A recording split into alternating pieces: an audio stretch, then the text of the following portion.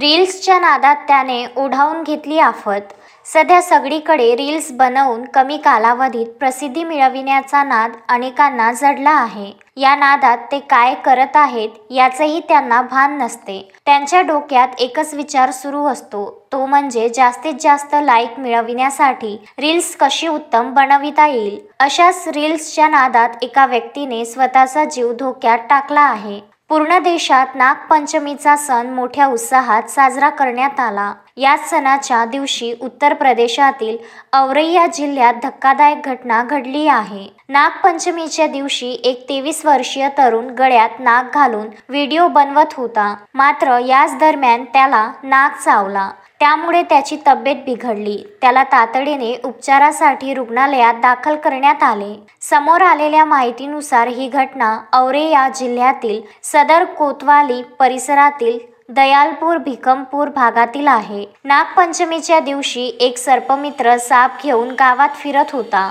त्यावेळी गावातील अमित नावाचा मुलगा तिथे आला। त्याने सर्पमित्राकडून साप घेतला आणि गळ्यात घातला।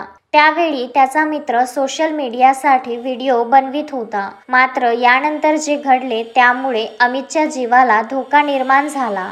अमितने नाग गळ्यात घातला होता आणि त्यावेळी त्याचा मित्र रील्स बनवित होता। व्हिडिओ सुरू होताच सापाने त्याच्या हाताचा चावा घेतला। साप चावताच अमितची प्रकृती बिघडू लागली, त्याला वेदना होऊ लागल्या।